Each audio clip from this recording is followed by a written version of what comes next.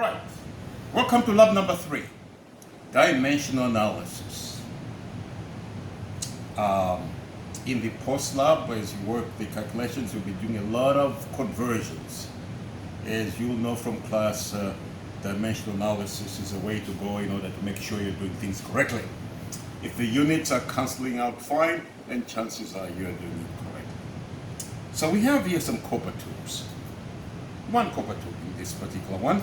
And so the idea is determine the density of copper using a copper tube.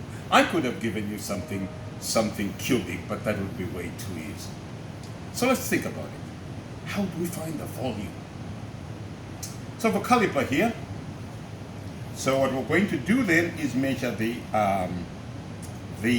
external and internal diameter.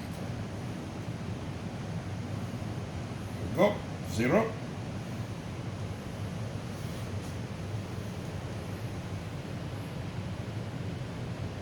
So 21.65 millimeters is the external.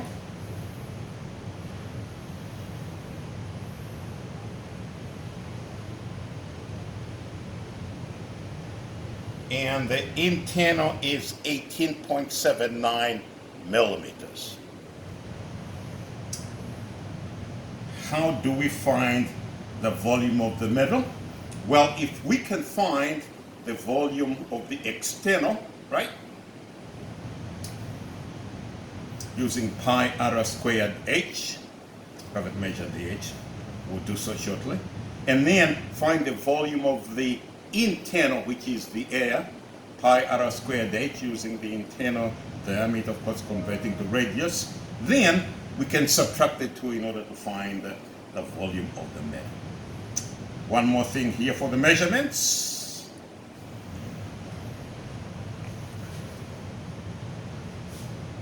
We need the height, 48.26 millimeters.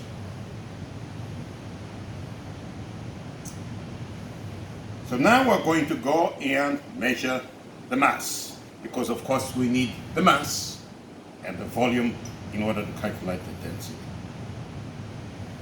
Right, let's go over to the balance. By the way, before we go, you will determine the density of the copper. This is copper, obviously, from the measurements of mass and volume.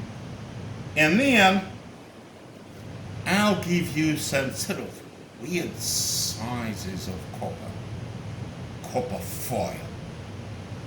The idea is to determine the volume.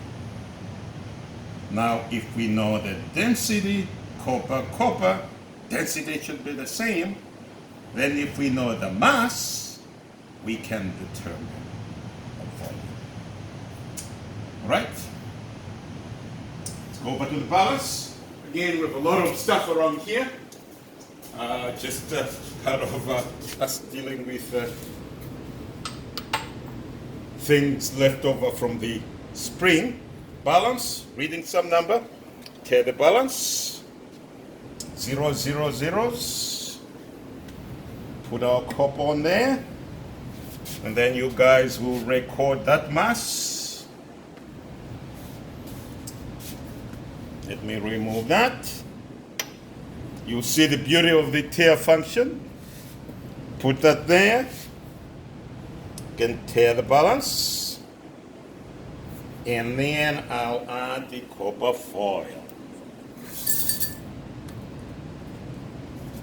There it is. So we now, from those measurements, know the mass of the